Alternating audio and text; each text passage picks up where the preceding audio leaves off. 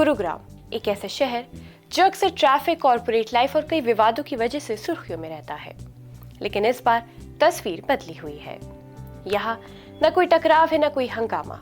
इस बार चर्चा हो रही है सफाई, भाईचारे और लोगों और प्रशासन की साझेदारी की। आदाब, मैं हूँ आपके साथ अमीना माजिद और आप देख रहे हैं आवाज द वॉइस।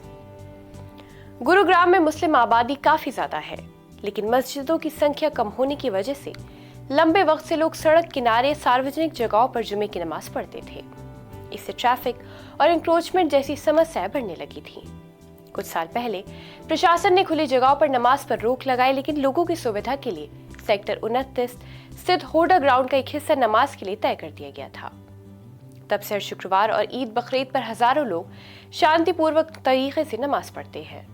वक्त के साथ मैदान में गंदगी बढ़ने लगी। नमाज के बाद प्लास्टिक, खाने पीने का कचरा और अव्यवस्था आम बात हो गई थी। ऐसे में कुछ जागरूक मुस्लिम नागरिक खुद आगे आए और प्रशासन से सफाई में मदद मांगी। HSVP के DTP और नोडल अधिकारी RS भाट ने इस पहल का एकदम साथ दिया। RS भाट खुद अपनी टीम के साथ मैदान पहुंचे और नमाजियों के साथ मिलकर सफाई अभियान में हिस्सा लिया। उन्होंने कहा कि शहर को साफ रखना सिर्फ प्रशासन नहीं बल्कि हर नागरिक की जिम्मेदारी है। इस अभियान ने लोगों ने भी बढ़ चढ़कर हिस्सा लिया और अतिक्रमण न करने का संकल्प लिया। प्रशासन ने रेहड़ी पटरी वालों को भी चेतावनी दी कि धार्मिक आयोजनों की आड़ में सरकारी जमीन पर कब्जा न करें और कचरा फैलाने से बचें। उन्होंने साफ किया कि शहर में मंदिर, मस्जिद और गुरुद्वारों के आसपास सफाई और नियमों का पालन हर हाल में जरूरी है।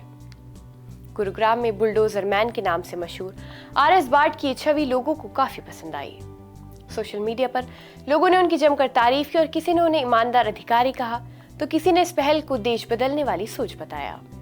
शहर में जहां भी अवैध निर्माण या सरकारी जमीन पर कब्जे की शिकायत मिलती है, वो खुद पीले पंजे के साथ वहां पहुंच जाते हैं।